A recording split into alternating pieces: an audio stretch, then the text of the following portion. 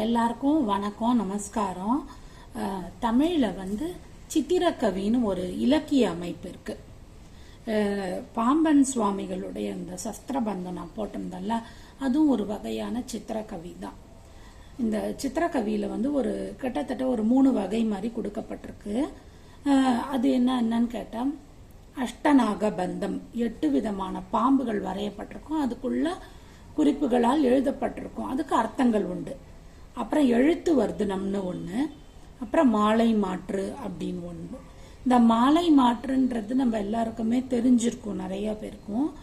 இங்கிலீஷில் பாலிண்ட்ரோம் அப்படின்னு சொல்லுவாங்கல்ல, அதுதான். பாம்பன் சுவாமிகள் நிறைய இந்த மாதிரி சித்திரக்கவி எழுதியிருக்காரு.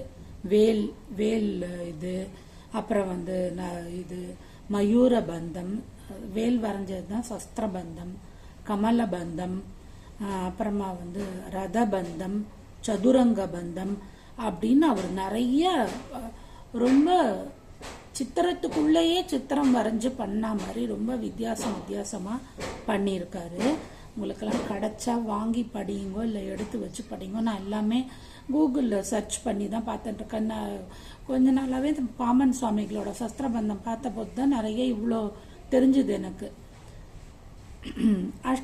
அஷ்டநாக பந்தம்ன்றது 8 விதமான பாம்புகள் கொண்ட அமைப்பு. அதுக்குள்ள பொருள் பொதிந்த அந்த வார்த்தைகள் இருக்கும். அதுதான் நான் உங்களுக்கு போடுறேன், அதை கூட பாருங்க. பாரதிக்கு எல்லை பாருக்குள்ளே இல்லை அப்படின்றது. அது அந்த வடிவத்துக்குள்ளேயே படிச்சா கரெக்டா வரும். பாரதிக்கு எல்லை பாருக்குள்ளே இல்லை அப்படின்னு. சரியா? அடுத்தது இந்த எழுத்து வர்த்தனம் அப்படின்றது என்னன்னு பார்த்தீங்கன்னா, ஒரே ஒரு எழுத்து சொல் இருக்கு இல்லையா? இப்போ தமிழில் பா, பான்னா பாக்களை இயற்றுவது பா. அப்புறம் பூ, அதெல்லாம் ஓர் எழுத்து சொல் இல்லையா? அந்த மாதிரி ஒரு எழுத்துல ஆரம்பிச்சு அப்புறம் இன்னொரு ஒரு சொல் சேர்க்கும் பொழுது அதுவும் ஒரு பொருள் தரக்கூடிய சொல். அப்புறம் இன்னொரு ஒரு சொல் சேர்க்கிறோம், அதுவும் பொருள் தரக்கூடிய சொல். அந்த மாதிரி இருக்கக்கூடிய இதுதான் எழுத்து வர்த்தனம். எழுத்து அப்படியே அதிகப்படுத்திண்டே போகுது. அதுக்கு ஒரு எக்ஸாம்பிள் கொடுத்துருக்காங்க பாருங்க. மாத்திரை ஓரெழுத்து சொல்லும் மற்றொன்று நிரப்பிட நீரிற் பூ ஒன்றாம் நிரப்பிய வேறோர் எழுத்துய்க்க வீர ராசேந்திர நாட்டு ஆறாம் என உரைக்கலாம். இதை பிரிச்சு படிச்சா கரெக்டா வரும். மாத்திரை ஓர் எழுத்து சொல்லும், ஒரு எழுத்து கொண்ட சொல்லல முதல்ல ஆரம்பிக்கிறாங்க. மற்றொன்று, அடுத்த ஒரு எழுத்து போட்டா என்ன ஆகுமா? நிரப்பிட, மற்றொன்று நிரப்பிட நீரிற் பூ ஒன்றாம். மற்றொரு அந்த ஒரு சொல்ல போட்டோம்னா அந்த நீர்ல பூக்கக்கூடிய பூவோட பேரா வருமா? அது நிரப்பிய வேறோர் எழுத்துய்க்க, 2 சொல் போட்டுட்டாங்களே, இப்ப 3வது சொல் போடுறாங்க. வேறோர் எழுத்துய்க்க வீர ராசேந்திர நாட்டு, தனி சேர்த்து படிக்கணும். வீர ராசேந்திரனுடைய நாட்டுல ஓடுற ஆறு, வீர ராசேந்திர நாட்டு ஆறாம் என உரைக்கலாம். வீர ராஜேந்திரனுடைய நாட்டுல ஓடுற ஆறுன்னு சொல்லலாம் அப்படின்னு சொல்றாங்க.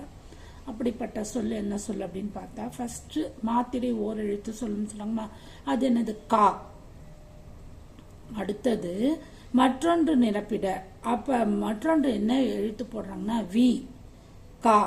முதல் எழுத்து கா, அடுத்த எழுத்து வி. வீன்ற எழுத்து போட்டா காவி. காவின்னு ஒரு பூ இருந்திருக்கு அந்த காலத்துல, நீர்ல பூக்கக்கூடிய பூ போல இருக்கு. இன்னொரு ஒரு எழுத்து என்ன? ரீ, காவிரி. காவேரி, காவிரி போட்டோம்னா வீரராஜேந்திரனுடைய நாட்டுல ஓடுற காவிரி ஆறோட பேர் வந்துடுது. கான்னா பறந்தது, விரிந்தது, காப்பாற்றுதல். கான்னா காக்கையை குறிக்கக்கூடிய வார்த்தை. எல்லாமே காண்ற, அதுக்கு ஒரு அர்த்தம் இருக்கு. அப்புறம் வி, காவின்னு ஆகும் பொழுது பூவினுடைய அர்த்தத்தை குறிக்கிறது. காவிரி அப்படின்னு சொல்லும் பொழுது நதியினுடைய அர்த்தத்தை குறிக்கிறது. இதுதான் எழுத்து வர்த்தனம். ஒரு சொல் ஒரு அர்த்தம், அடுத்த சொல் போடும்போது இன்னொரு ஒரு அர்த்தம், அந்த மாதிரி. இதுவும் சித்திரக்கவியுடைய ஒரு வகை. அடுத்த வகை தான் நம்மளோட மாலை மாற்று. இது எல்லாருக்கும் நிறைய பேருக்கு தெரிஞ்சிருக்கும். நிறைய இருக்குது. இல்ல இங்கிலீஷ் வேர்ட்ஸ் கூட நிறைய சொல்லுவாங்க இல்லையா? மலையாளம், ஆனா அப்படிலாம் சொல்லுவாங்க இல்லையா?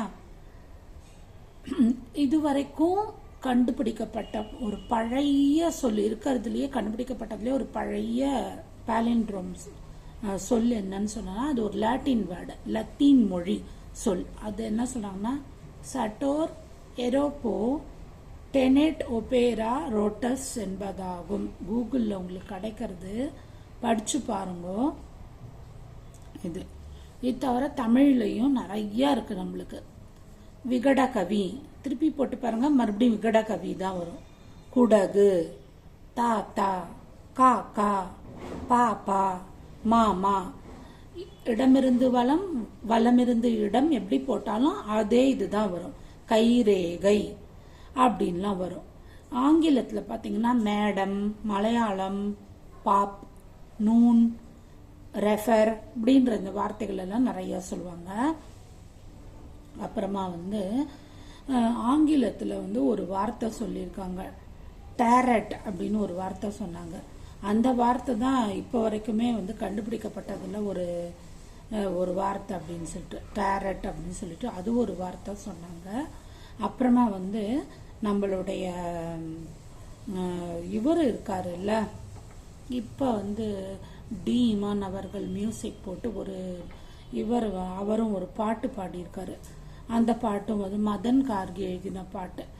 அது மேகராகமே, மேள தாளமே, தாராராதான்னு ஒரு வினோதன் அப்படின்ற படத்துல வர பாட்டு. அதுவும் மாலை மாற்று பாட்டு தான். போட்டு கேட்டு பாருங்க. நிறைய எளிமையான வரிகள் அதுல. தேரு வருதே மோரு வருமோ, மோரு வருமோ தேரு வருதே. இது எப்படி போட்டாலும் அப்படியேதான் வரும் பாருங்களேன். தேரு வருதே மோரு வருமோ, மோரு வருமோ. தேரு வர நேரம்லாம் அது அந்த திருவிழாக்கள்லாம் நல்லா எல்லாமே வெயில் காலங்களில் தான் நடைபெறும். அந்த வர நேரத்தில், தேரு வர நேரத்தில் அந்த நீர்மோர் வந்ததுன்னா குடிக்கிறதுக்கு நல்ல இதமாக இருக்கும்.